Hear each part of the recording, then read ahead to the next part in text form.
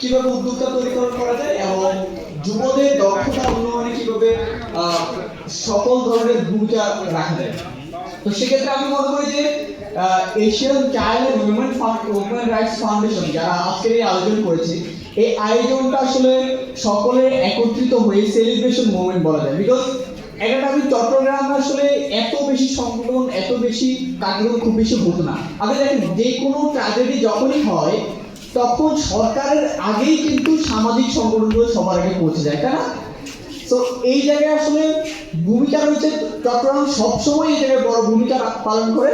এবং আমি দেখেছি আপনারা যদি ফেনী বন্যা বলেন অথবা সিলেট বন্যা বলেন, যে কোনো বন্যা যে কোনো মুভমেন্টে সবসময় দেখেছি আমরা যে চট্টগ্রামের সংগঠনগুলো সবচেয়ে বেশি আগে আসছে। তো আজকে সকলকে আমি আন্তরিকভাবে অনেক বেশি ধন্যবাদ জানাই এবং আমাকে এখানে ইনভাইটেশন জানানোর জন্য অনেক বেশি ধন্যবাদ জানাই। সেভ দ্য চিলড্রেনের পক্ষ থেকে আপনাদের যে কোনো প্রয়োজন বা যে কোনো দরকার বা যে কোনো কার্যক্রম যদি আমাদেরকে রাখতে চান, আমরা সবসময় উল্লেখলি আপনাদের পাশে থাকবো। সকলকে ধন্যবাদ, অনেক অনেক শুভকামনা, এই প্রোগ্রাম সফলতা কামনা করছি। আসসালামু আলাইকুম।